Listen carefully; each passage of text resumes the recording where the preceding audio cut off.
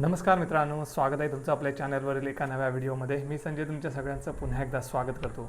तर आज आपण जाणार आहोत माणगाव तालुक्यातील खरवली येथे असणाऱ्या आणि इतिहासाची साक्ष देणाऱ्या कोकणचे सुभेदार सरदार खंडोजी मानकर यांच्या वाड्याला भेट देण्यासाठी। चला तर मग जाऊया आणि बघूया। माणगावपासून मुंबईच्या दिशेने जाताना 3 किलोमीटर अंतरावरती खरवली फाटा लागतो आणि तिथून पुढे आतमध्ये 3 किलोमीटरवरती खरवली हे गाव आहे। मराठा साम्राज्यातील एक शूर आणि निष्ठावान सरदार अशी त्यांची ओळख होती। त्यांचा जन्म कोकणातलाच, त्यामुळे त्यांचा संबंध सागरातील होड्या, गुराब आणि जमिनीवरील युद्धाशी होता। सरखेल कान्होजी आंग्रे यांच्याशी त्यांचे निकटचे संबंध होते। फिरंग्यांशी 1737 ते 1740च्या दरम्यान ज्या लढाया झाल्या त्यात ते प्रमुख सुद्धा होते। खंडोजी मानकर हे गनिमी काव्यात खूप पारंगत होते। गुराख्याची नोकरी करून ठाण्याचा किल्ला त्यांनी भेदीने जिंकून घेतला होता। खंडोजी मानकर यांना गोविंदराव आणि चिमणाजी असे 2 मुलगे होते। त्यांनी सुद्धा आपल्या वडिलांसोबत बऱ्याच लष्करी मोहिमांमध्ये भाग घेतला होता। खरवलीतील मानकरवाडा हा जिंजीच्या सिद्ध्यांसाठी मोठा वचक होता। खंडोजी मानकर यांना गावची इनामदारी व सर्वाधिकार होते। गोरेगाव, निजामपूर, तळे, घोसाळे हा प्रदेश त्यांच्या हाती होता। तर आता आपण आलो माणगावच्या दिशेने, या साईडने आपण आलो। हा ब्रिज आहे, ब्रिज घ्यायचा नाही, त्याच्या अगोदरच आपल्याला बोर्ड दिसतो आपल्याला खरवली म्हणून। हा कच्चा रोड आहे, तर या कच्च्या रोडनी खाली यायचं जर तुम्ही माणगावच्या दिशेने येत असाल तर।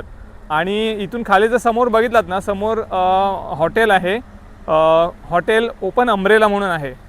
त्याच्याबरोबर समोर हा रोड आहे बघा, हा सरळ ह्या साईडला जातो खरवलीला। पुढे खरवली 3 किलोमीटरवरती आहे मेन रोडपासून। आता आपण पोहोचलोय खरवली गावामध्ये। सरळ सरळ रोड आहे। तर आता आपण आलो सरळ गावातून वरती आलो, या रोडनी सरळ वरती आलो। आणि इथे माझ्या बाजूला जे आहे ना, हे हनुमानाचं मंदिर आहे आणि इथे बाजूला छत्रपती शिवाजी महाराजांची मूर्तीसुद्धा दिसते आपल्याला। आणि समोर तुम्ही बघू शकता संत निरंकारी सत्संग भवन लिहिलेलं आहे। आणि त्याच्याच बरोबर लेफ्ट साईडला हा जो आहे हा मानकरवाडा आहे, जिथे आपण जाणार आहोत।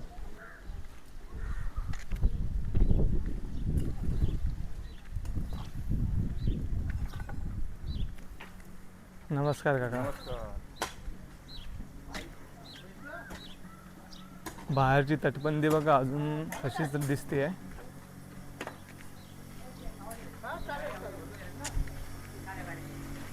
आणि हा इथे समोर आपल्याला मेन एंट्रन्स आहे, इथून आपल्याला जायचं आहे आतमध्ये। दरवाजा बघा मजबूत आहे, तसाच्या तसाच आहे, जुन्या काळामध्ये जसा असतो अगदी तोच दरवाजा आहे इथे। फक्त ह्याला काय ना कलर वगैरे केलेला आहे। आणि इकडे आतमध्ये एंट्री केली ना की लगेच आपल्याला हे धान्याचं पेटार सुद्धा बघायला मिळतं बघा।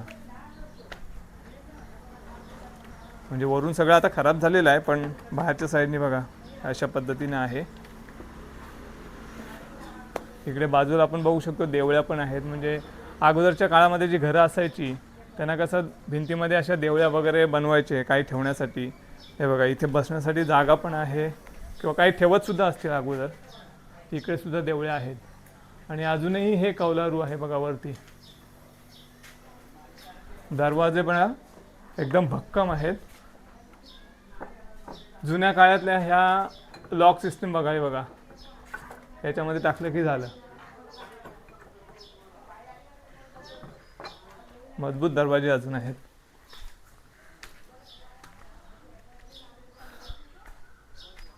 इकडे पाण्यासाठी हे छान आहे, दगडाचं बनवलेलं,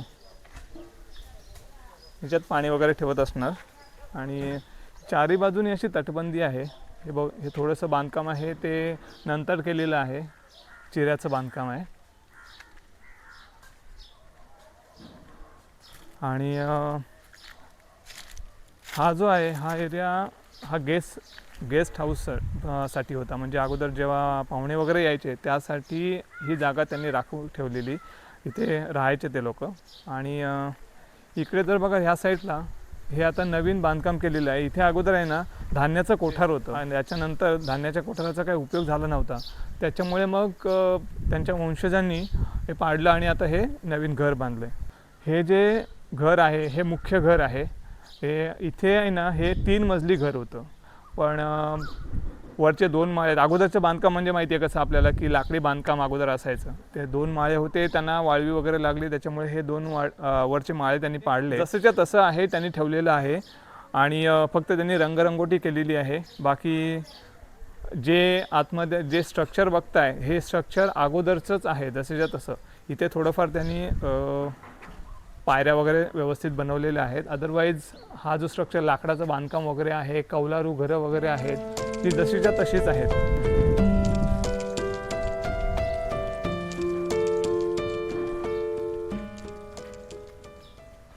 तर खंडोजी मानकरांची 10वी पिढी आता ह्या घरामध्ये राहत आहे आणि त्यांचं हे जे घर आहे ते बघू शकता तुम्ही.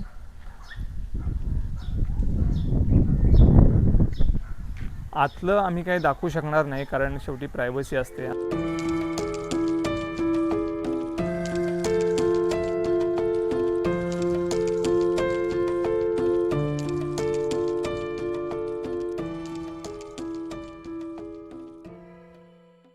तर वाडा बघून आपल्याला झालेला आहे आणि आता आपण जाऊया खाली तळं आहे तिकडे जाऊया, कारण तिकडे खंडोजी मानकर यांची समाधीसुद्धा आहे. चला.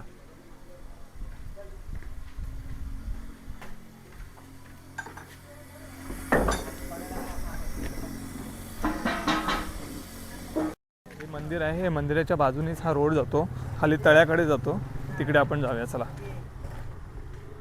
सरळ आपण चालत आल्याच्या नंतर हा एक रोड लागतो, रोड क्रॉस करून आपल्याला पुढे जायचं आहे.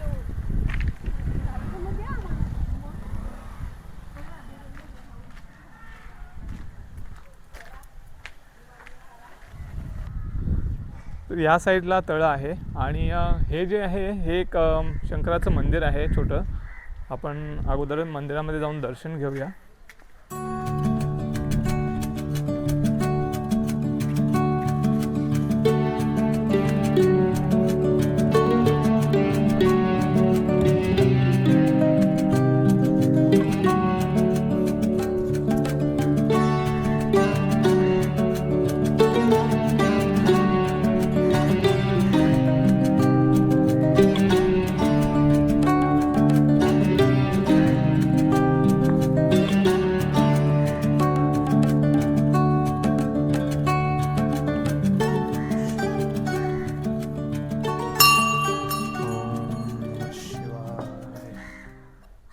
आपण आता आलो आहे तळ्याच्या ठिकाणी आणि इथे 3-4 समाध्या आहेत.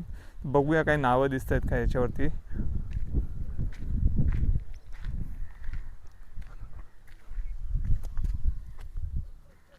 इथे एक आहे पण नाव काही क्लिअरली दिसत नाही आहे. सन आहे 1846 काहीतरी दिसतंय. कुणाचं आहे ते कळू शकत नाही आहे. आणि अजून एक इकडे आहे,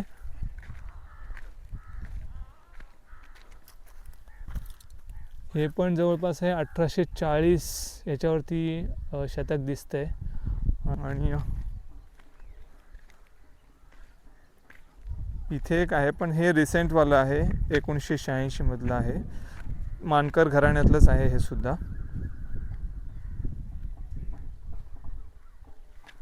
तर आज आपल्या व्हिडिओमध्ये तुम्हाला बघायला मिळालं आपले कोकणचे सुभेदार खंडोजी मानकर यांचा वाडा दाखवला तुम्हाला. त्यानंतर आपण समाधीसुद्धा बघितली त्यांची, आणि म्हणजे त्यांची म्हणजे थोडक्यात इथे 2-3 समाध्या होत्या. एक्झॅक्टली आपल्याला कळू शकणार नाही आहे की कोणती समाधी त्यांची आहे. इतर लोकांना मी सुद्धा विचारलं, इथल्या आजूबाजूच्या लोकांनासुद्धा, त्यांनासुद्धा एक्झॅक्टली सांगता येत नाही आहे की कुठची समाधी आहे त्यांची. पण जे अवेलेबल होतं ते तुम्हाला दाखवलं. तुम्हाला हा व्हिडिओ कसा वाटला, ही माहिती कशी वाटली हे कमेंट करून नक्की कळवा. व्हिडिओ आवडल्यास व्हिडिओला लाईक करा, शेअर करा आणि चॅनलवरती जर कोणी नवीन असाल तर चॅनलला सबस्क्राईब जरूर करा. भेटूया आणखीन एका नवीन व्हिडिओमध्ये. तोपर्यंत काळजी घ्या.